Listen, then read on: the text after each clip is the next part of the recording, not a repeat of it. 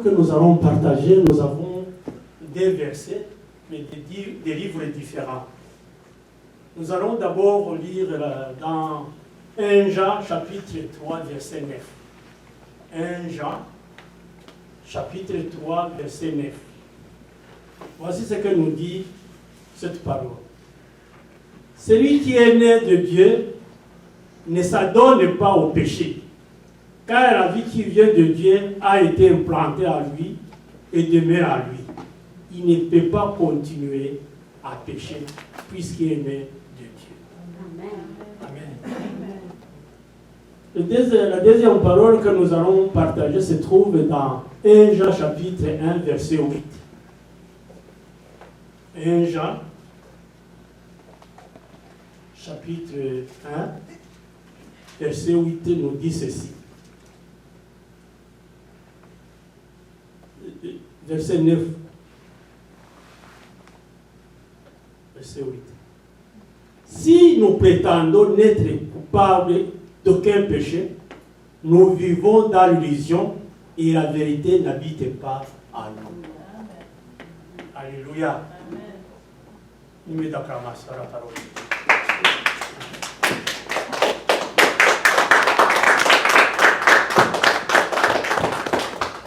Seigneur, place.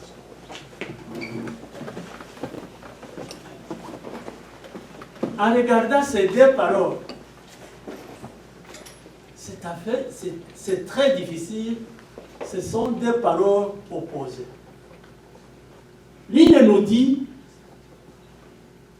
dans le chapitre 3, la parole de Dieu nous dit que celui qui est né de Dieu ne s'adonne pas au péché. Car la vie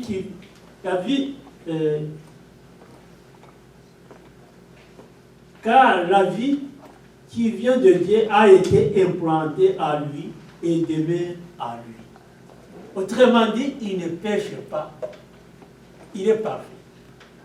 Dans notre parole, on nous dit que celui qui prétend n'avoir pas péché, c'est un menteur, il s'est fait des illusions. Tout à fait opposé. Alléluia. Nous allons regarder au fur et à mesure que nous allons expliquer, que nous allons suivre ensemble comment arriver à cet équivoque qui se trouve au milieu. L'une des paroles nous dit que d'un côté, que nous avons tous péché et que celui qui prétend qu'il n'a pas péché, c'est un menteur. De l'autre, le même texte et le même évangéliste nous dit que la vie de Dieu a été implantée à nous, le péché ne peut plus pénétrer, ne peut plus entrer. Des textes vraiment qui nous mettent devant une situation difficile. Mais nous allons savoir ce que l'apôtre Jean a voulu écrire dans les deux paroles, dans les deux textes. Le titre de notre message va du côté du deuxième texte.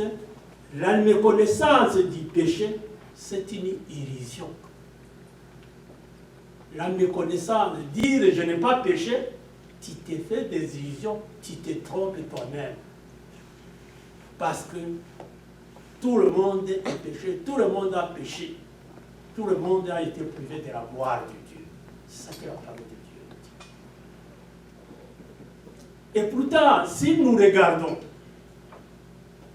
en réfléchissant, je me suis dit que nous commettons des péchés à tout moment. Parfois même, on ne se rend pas compte.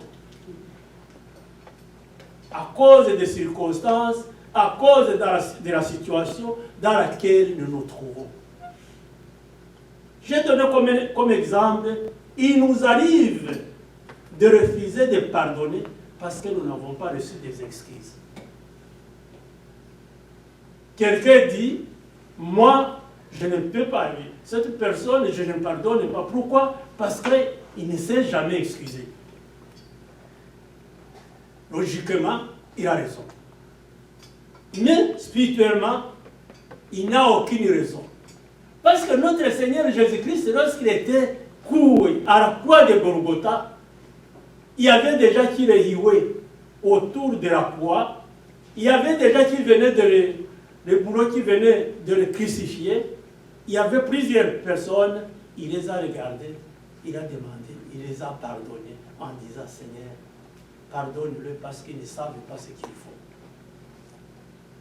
Nous, en tant que chrétiens, nous avons dit, nous suivons notre Seigneur Jésus-Christ, nous faisons comme lui, nous faisons exactement ce que lui a fait lorsqu'il était ici sur la terre. Nous suivons pas à pas notre Seigneur Jésus-Christ. C'est pour dire que c'est vrai, nous péchons. Mais cela ne veut pas dire que la parole de Dieu que nous avons entendue, ou la vie de Dieu, ou le Saint-Esprit habite en nous, qui sont implantés en nous, que c'est faux aussi. Qu'est-ce que l'apôtre Jean a voulu nous dire dans le premier texte en disant que la parole de Dieu habite en chaque chrétien, en chaque croyant, en chaque personne qui a accepté Jésus-Christ comme sauveur et Seigneur. La semence ou la vie nouvelle que nous recevons le jour où nous recevons notre Seigneur Jésus-Christ, la vie nouvelle de Dieu qui demeure en nous, et soit la parole de Dieu, et ou l'Esprit de Dieu qui manifeste sa force et sa puissance en nous. Alléluia. Là où il y a la parole, il y a le Saint-Esprit. Là où il y a le Saint-Esprit ne peut pas entrer là où il n'y a pas de parole. Alléluia. Voici cette vie nouvelle qui a été plantée en nous. La parole de Dieu nous dit que l'Esprit de Dieu a fait de nous son habitation. La parole de Dieu aussi nous dit que nous demeurons en Christ et la parole de Christ habite en nous.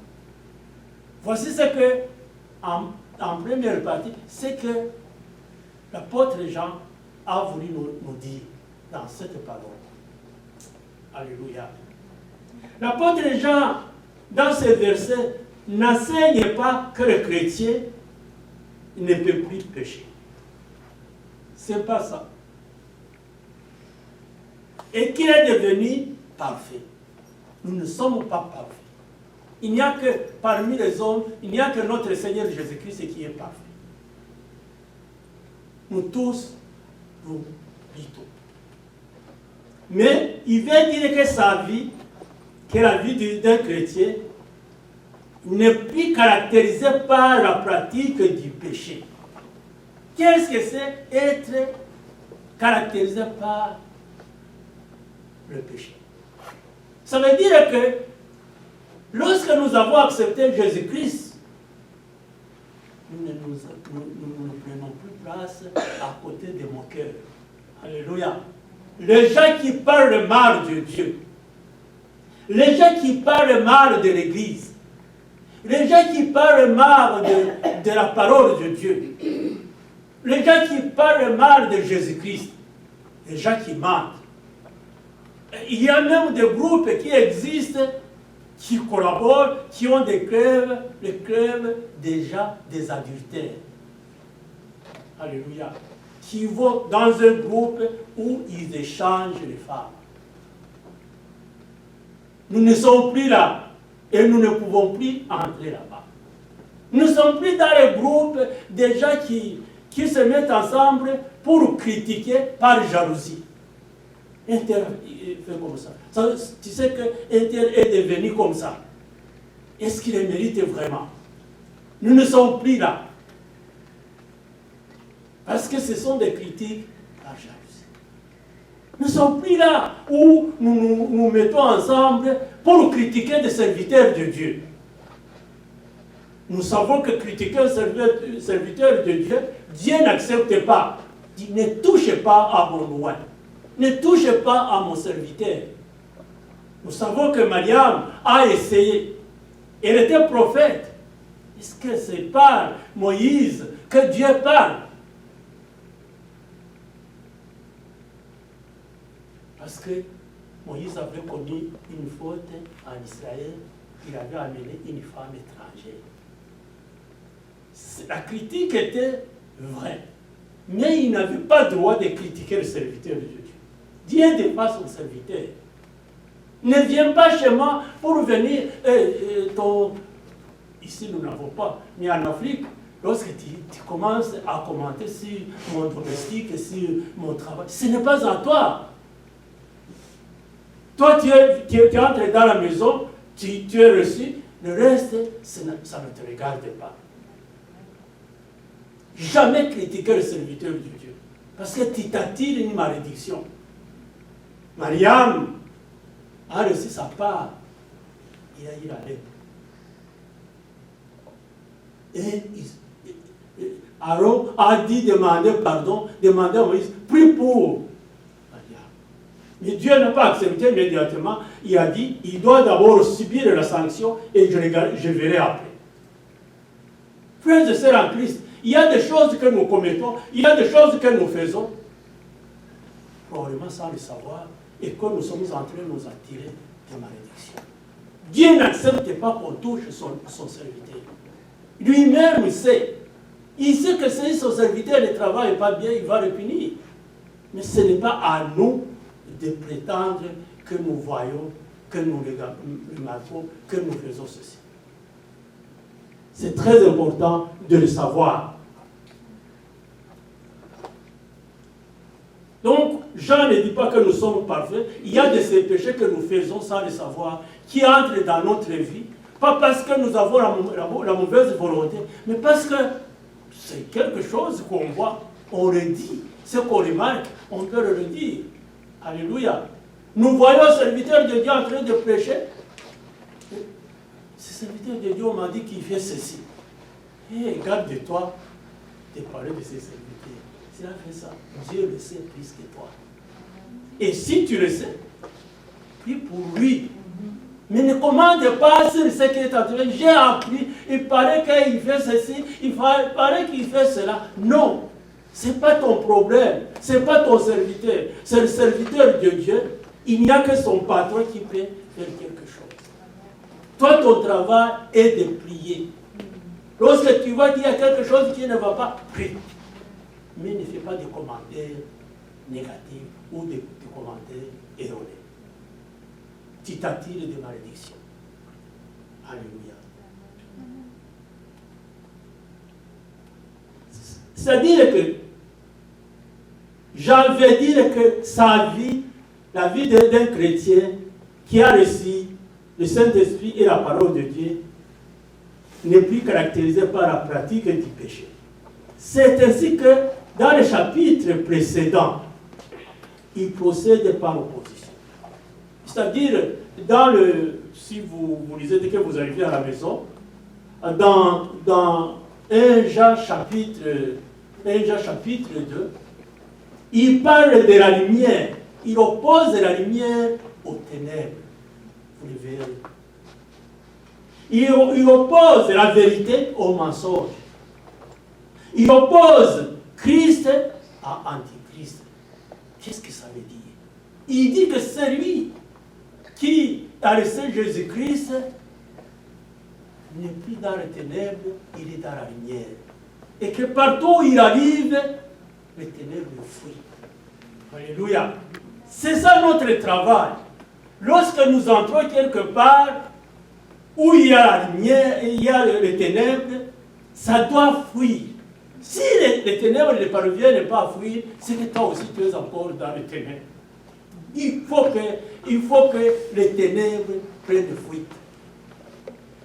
Là où on est en train de raconter les mensonges, tu seras là, lorsque tu arrives, toi tu dis, voici je vous écris, voici la vérité. Ce que vous êtes en train de dire sur cette personne, ce n'est pas vrai, voici la vérité. Ils vont discuter, et si tu vois qu'ils discutent, je vous ai donné la vérité et je m'arrête là. Nous ne pouvons plus tolérer, là où on est en train de raconter les mensonges, tu viens aussi, tu soutiens les mensonges. Non, tu dois dire la vérité pour que ces mensonges change en vérité. C'est ça une mission que nous avons, que chacun de nous a. Nous avons dit dans les 3 enseignements que nous avons reçus concernant l'autorité du croyant, nous avons dit que nous sommes Christ. Parce que Christ habite en nous, et nous habitons, il habite en nous, et sa parole habite en nous. Nous sommes devenus Christ. Alléluia. Et toute personne qui parle contre Christ, nous ne pouvons plus parler contre Christ. Parce que si tu parles contre Christ, tu parles contre toi-même. Parce que nous avons vu que nous sommes Christ, nous ne pouvons plus parler contre nous-mêmes. Donc, Christ, c'est nous. Nous habitons en Christ, nous sommes habillés en Christ. Nous ne pouvons plus parler de notre habillement, de notre vie, parce que notre vie est en Christ. Les 2 versets que nous venons de lire si haut semblent s'opposer et peuvent nous troubler si nous ne faisons pas attention. Mais cette explication, c'est pourquoi j'ai commencé par vous donner l'explication de cette parole. Dire que nous sommes susceptibles d'être attaqués par l'ennemi. Nous sommes susceptibles d'être tentés. Nous sommes susceptibles d'être tombés. Ça peut arriver. Alléluia. Alléluia.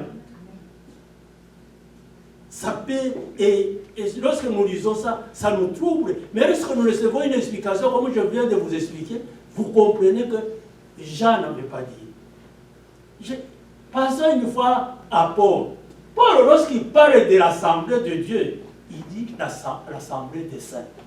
Ce n'est pas parce que nous sommes devenus saints, parce que nous sommes en train de faire des efforts pour devenir saints. Cet effort-là nous permet à Paul de nous appeler l'assemblée des saints.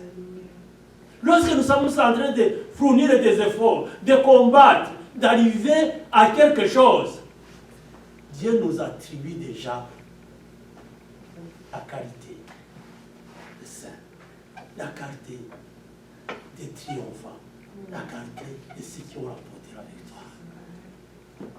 Alléluia. C'est ainsi que nous vivons dans une vie de combat. En effet, en lisant rapidement les premiers versets, s'entend dire ne plus pécher. Ça veut dire on ne doit plus pécher, on ne pêche plus. Et c'est possible. Non. Nous tombons, nous avons des difficultés. Ça vient, même si tu ne l'as pas fait, dans ton cœur, il y a quelque chose qui monte. Tu as déjà péché. Une belle fille qui est en train de passer, qui se dandine, mais toi l'homme, au lieu, tu l'as vu, mais tu as tendance à le suivre avec tes yeux. Tu as déjà commis le péché. Pourquoi tu dois suivre? Arrête. Toi, fille, tu es en train de voir un homme, un bon homme avec force, avec biceps, avec tout. Waouh, c'est l'homme. Non, tu l'as déjà vu, laisse-le passer, parce que s'il continue à le regarder, il y a des mauvaises choses qui vont venir dans ton cœur. Évitons d'insister sur des choses que Dieu nous empêche de faire. Alléluia. Ne pas se donner au péché si j'ai l'idée d'un comportement régulier, d'une habitude qu'un chrétien doit adopter. Lorsque nous adoptons de refuser le péché, de chasser le péché, de refuser tout ce qui peut nous faire tomber, cette attitude-là, cette adoption-là, c'est ça que Jean appelle que la vie de Dieu était grande à nous. Parce que lorsque tu étais païen, cette histoire, tu ne le connaissais pas. Au contraire, c'était une blague que tu pouvais lancer. Vous avez vu cette fille qui vient de passer? Vous avez vu cet homme? Vous avez vu ce bel homme qui vient de passer? Oh, il est comme ça. Et des commentaires qui commencent. Mais nous ne faisons plus ces commentaires à cause de Jésus-Christ qui habite en nous. Nous ne faisons plus des commentaires qui peuvent nous amener au péché. Nous ne pouvons plus nous grouper et rester dans un groupe où on est en train de parler de choses qui n'honorent pas Dieu. Alléluia. Cette habitude est partie. Nous n'avons plus cette habitude. Nous n'avons plus ce comportement. Nous n'avons plus cette attitude. Nous sommes là. Nous pouvons glisser. Nous pouvons trébucher. Nous pouvons même tomber. Mais on se relève immédiatement en allant confesser nos péchés. Et c'est ça la vie d'un chrétien. Et c'est cela. Lorsque tu fais tout cela, immédiatement, ça montre que la parole de Dieu est implantée en toi et que le Saint-Esprit est implanté en toi. Alléluia. Alléluia. En d'autres termes, la semence de Dieu ou la vie nouvelle que nous avons reçue par grâce et nous a tournés vers le bien. Ce que nous visons. Quelqu'un qui est chrétien ne pense plus au mal. À cet homme qui m'a dit ceci, à cet homme qui m'a fait ça, à cet homme qui m'a saboté au travail, je vais lui faire du mal. Non, ces choses ont changé. Et si tu sens que tu as tendance à le faire, dis-toi, ce n'est plus la vie de Christ, c'est la vie de Satan qui est en moi. Je dois vite, vite sortir. Je dois sortir ces idées-là. Le mal n'a plus d'impact en nous. N'a plus de place en nous. De penser mal, de se penser pour faire du mal à quelqu'un, c'est déjà fini. Nous devons penser à faire du bien partout où nous passons. Même si cette personne t'a fait du mal, Dieu dit à moi la vengeance. Laisse-moi te venger. Ne cherche pas à te venger.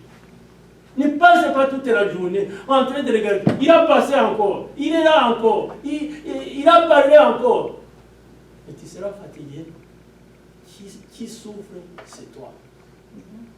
Pardonne. Abandonne. Et laisse tout à Jésus-Christ. Jésus-Christ s'en occupera. La méconnaissance du péché est une illusion. Lorsque tu dis, moi je ne pêche plus, je n'ai plus de péché, tu mens. Si tu ne le fais pas, mais tu y penses. Ou ça passe dans ton cœur. Comme ça. Et tu vas te surprendre, tu vas être surpris que tu es en train de penser à de mauvaises choses. Mais qu'est-ce que je suis en train de faire?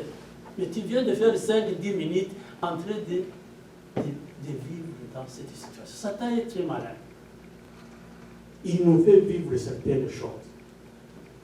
Tant que nous sommes sur la terre, nous gardons à nous cette source de mal que la Bible appelle le vieil homme. Alléluia. Le vieil homme que nous disons, nous l'avons reçu lorsque nous avons reçu Jésus-Christ. Ce vieil homme, nous l'avons abandonné. Et ce vieil homme n'est plus à nous. Et il nous suit. Ce vieil homme, c'est quoi? C'est la chair. Cette chair nous amène.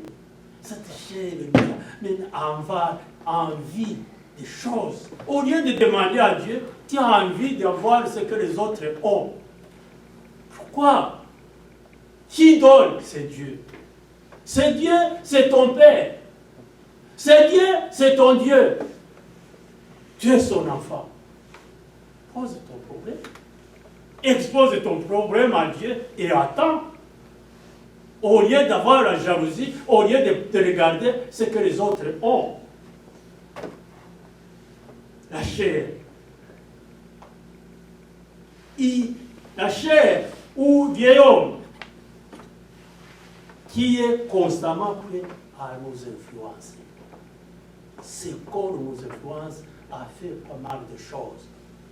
Les idées, les émotions. Oh, cette personne que j'ai rencontrée, voici ce qu'il m'a fait. Si je le rencontrais cette fois-ci, je me suis dit, mais si je le rencontrais, je lui dirais ce que je pense.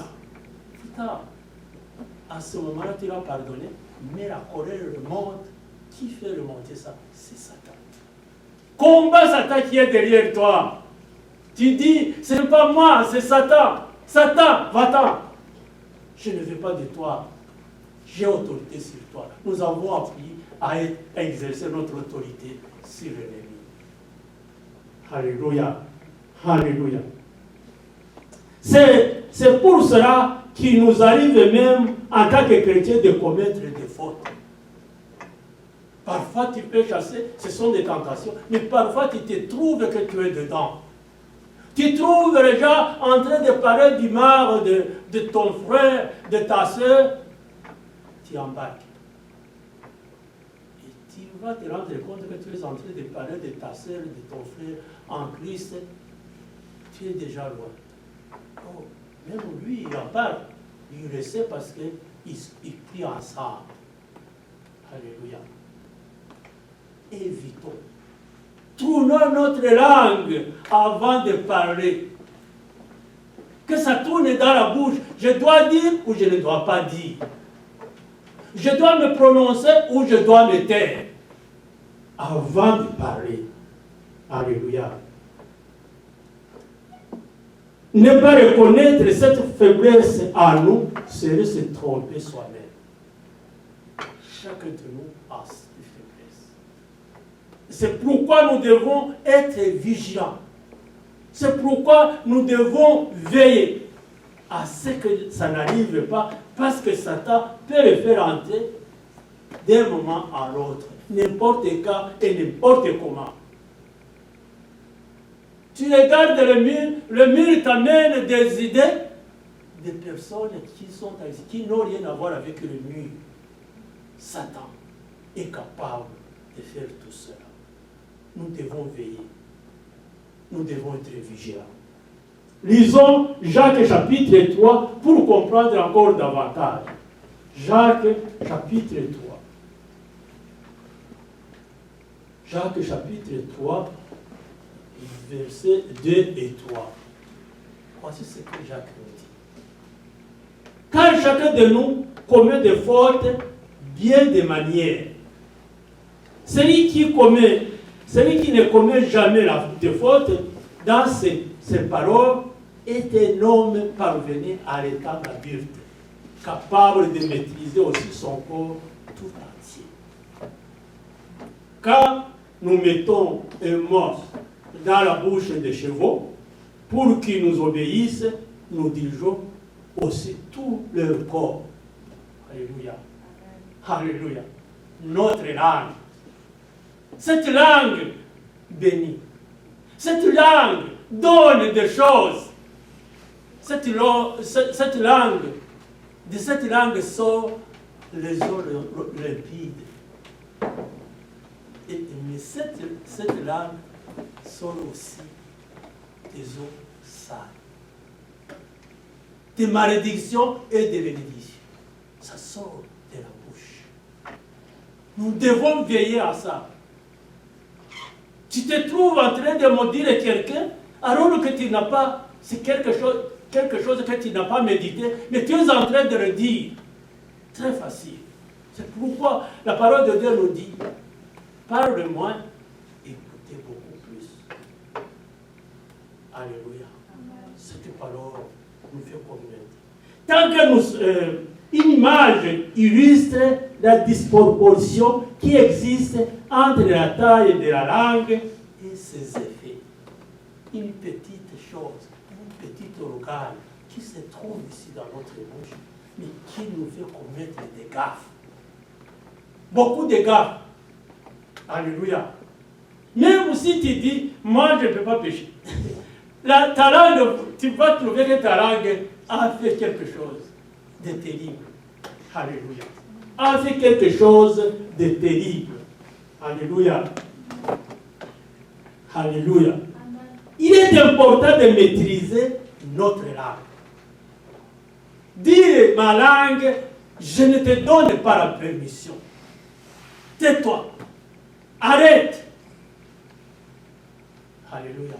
Tu peux être une personne calme. Tu ne parles pas beaucoup.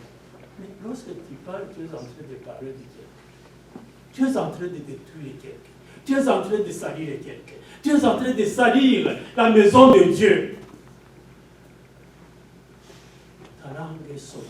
A fait des gaffes. Lorsque tu vas, il n'y a plus moyen de le retenir, de le faire revenir. Ce que tu as dit, c'est sorti. C'est comme si tu avais versé. C'est comme si tu avais jeté les papiers pendant qu'il y a le vent. Tu ne pourras pas ramasser ces papiers. Lorsque la parole est sortie, il est sorti. Retenons avant que ça sorte. Alléluia. Mettons cette langue comme on met un morceau dans la bouche d'un cheval. On le maîtrise et on l'amène partout où on veut. Son corps est maîtrisé. Maîtriser sa langue, c'est maîtriser son corps. Si tu maîtrises la langue, si tu adoptes la langue, tu as déjà adopté une bonne partie de ton corps pour qu'il puisse suivre Jésus-Christ. Alléluia. Et un morse maîtrise la bouche du cheval pour qu'il obéisse. De même, nous devons retenir notre langue toute petite, mais capable d'incendier, capable de détruire toute une vie, capable de salir une réputation de quelqu'un et que personne ne peut plus recevoir cette personne parce que tu as parlé. Cette langue va jusqu'à détruire le corps du Christ. Tu peux parler le corps du Christ sans la méchanceté, dire je vais détruire. Mais tu es en train de parler sans le savoir. Et lorsque tu vas te rendre compte, tu verras que tu as parlé mal de l'église. Tu verras que tu as parlé mal du pasteur. Tu verras que tu as parlé mal d'un serviteur de Dieu quelque part. Retenons-nous, frères et sœurs en Christ. Cherchons à maîtriser cette langue. Lorsqu'ils sont... Et les gens, qu'est-ce que tu voulais dire? Non, c'est rien. Mieux vaut s'excuser, les gens vont te critiquer, mais ils veulent parler des choses et puis ça l'aide. Mieux vaut ça que ça puisse sortir et que tu n'es plus capable de récupérer ce que tu as dit. Pas une simple mensonge ou un commentaire erroné, nous pouvons détruire ce bâtiment ici. Quelque chose qui nous pouvons détruire le monde entier. La guerre mondiale, des guerres mondiales qui ont eu lieu, c'est parti de la langue. C'est les gens en ont parlé et puis ils ont passé à l'action. Si ça n'avait pas été dit, ça ne serait pas fait. Alléluia. Méconnaissance du péché. Ne pas connaître son péché, c'est se faire des illusions. La méconnaissance du péché est une illusion. Nous n'avons aucune excuse pour céder au péché. Parce que nous sommes capables, l'Esprit qui habite en nous peut nous aider à nous retenir. Le Saint-Esprit qui habite en nous a un pouvoir suffisant. Et il est disponible pour nous préserver du mal. Alléluia. Si nous acceptons de cultiver, alléluia, cultiver, pas avec la houe, mais avec ta volonté, avec ton désir, avec ton caractère, avec ton cœur, de cultiver une bonne relation avec notre Seigneur. Et que nous sommes sensibles à la sainteté de Dieu, la crainte de Dieu. Si partout tu trembles en disant je crains Dieu, tu vas te retenir. La crainte de Dieu par la prière. Nous devons maintenir cette relation, maintenir la crainte de l'Éternel par la prière. Frères et sœurs en Christ, je rappelle encore le peuple de Dieu, je voudrais vous dire que nous ne prions pas assez à Woodchurch. On est fatigué. Pendant que nous avons passé le temps pour que je puisse m'organiser, personne ne prie. Même lorsque je me suis étonné ce vendredi, personne ne s'est présenté pour la veiller.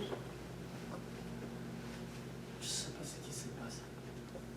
Et nous l'avons dit, c'est comme si personne n'a entendu. Il faut aimer la prière. C'est par la prière que nous maintenons notre relation avec Christ.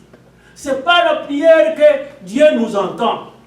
C'est par la prière que nous communiquons avec Dieu. C'est par la prière que nous louons Dieu. C'est par la prière que nous élevons la majesté de Dieu. C'est par la prière que nous présentons nos doléances. C'est par la prière. C'est par la prière que nous existons.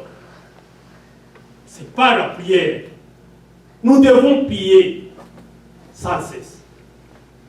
Nous devons méditer aussi quotidiennement qu'une journée ne passe sans que tu aies dit la parole de Dieu. Si tu entres dans ton lit et que tu remarques que depuis le matin tu n'as pas lu la parole de Dieu, réveille-toi. Prends le temps, lis la parole de Dieu, médite la parole de Dieu et ensuite tu vas dormir. C'est très important pour chaque chrétien. Si vous vous dites chrétien et que vous ne priez pas, vous vous trompez. Vous vous trompez. Vous vous trompez vous-même. Parce que vous ne trompez pas Dieu, vous ne trompez pas le pasteur, vous ne trompez pas l'Église. Vous vous trompez vous-même parce que vous êtes en train d'aller au niveau le plus bas.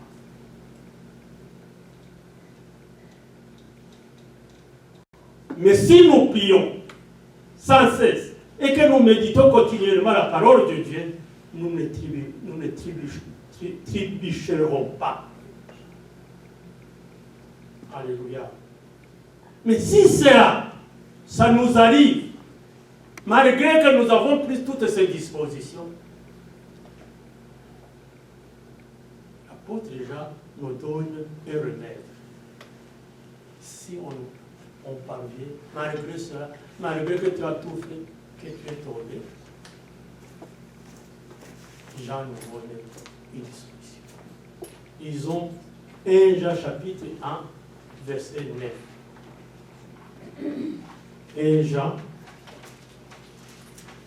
chapitre 1, verset 9. Voici ce qu'on nous dit dans ces versets. Si nous reconnaissons nos péchés, il est fidèle et juste, par conséquent, il nous pardonnera nos péchés et nous purifiera de tout le mal que nous avons commis. Amen. Alléluia. Nous avons un recours, mais il ne faut pas ce recours que ça soit quelque chose que tu fais volontairement, tu dis, bon, je vais me confesser. Non, il faut que ce soit quelque chose qui, malgré toi, que ça t'a surpris et ça te fait mal. Et tu le regrettes. Alléluia. Alléluia. Amen. Alléluia. Il s'agit de reconnaître sans tarder. Ne tarde pas. Je fais un travail. Si tu viens de commettre une faute, un péché, par pensée, mets-toi debout, même si tu avais un travail à faire sur l'ordinateur, ça doit attendre, sauve la situation, et puis tu vas quelque part à la toilette, tu dis Seigneur, je demande pardon. Tu te repens. Et puis tu reviens à ton travail. Ce n'est pas difficile. Demander pardon à Dieu, ça n'en prend pas toute une année. Ce que Dieu regarde, c'est le cœur. Ce que tu fais, est-ce que tu le fais avec ton cœur? C'est ça que Dieu regarde. Il ne s'agit pas de regarder les minutes. Il a fait combien de minutes en train de demander pardon? Non, ce n'est pas ça que Dieu regarde. Quel est l'état de son cœur pendant qu'il me demande pardon? Alléluia. Et dans certains cas, nous devons le faire devant nos frères et sœurs. Si tu as blessé ton frère, si tu as blessé ta sœur, prends le temps de lui demander pardon. C'est humiliant. Moi, je dois encore aller rencontrer cette personne pour lui demander. Oui. Oui. Si lui te trouve que ça ne va pas, si celui à qui tu demandes pardon, chez qui tu t'excuses, il trouve que il a fait et maintenant il est venu me demander pardon, c'est son problème. Toi, tu as réglé le problème avec Dieu. Alléluia. Nous devons aller demander pardon. Nous devons aller nous excuser si nous voyons que nous avons commis une faute. Alléluia. Alléluia. Alléluia. Dieu qui est fidèle et juste agit envers le pécheur qui se repent, avec le pécheur qui se repent, selon sa grâce et selon ses promesses. Dieu a promis que si nous demandons pardon, il va nous pardonner. Pourquoi tu hésites? Pourquoi tu veux l'honneur des gens au lieu de l'honneur de Dieu? Fais-le. Quant à ce qui concerne la réparation de ton honneur, Dieu va s'en occuper. Dieu le parlera, il amènera ton honneur. Mais toi, fais ce que tu dois faire. Le péché est présenté comme une dette. Alléluia. Une dette. Lorsque tu as le péché, tu es endetté. Et ta conscience, tu as péché. Tu as péché. Tu as péché. Jusqu'à ce que tu rembourses. Alléluia. Et Dieu est prêt à rembourser ta dette. Et Dieu est prêt à régler la dette. Alléluia. À effacer même. Parce que notre Dieu purifie la souillure qui se trouve dans notre cœur. Que Satan a amené.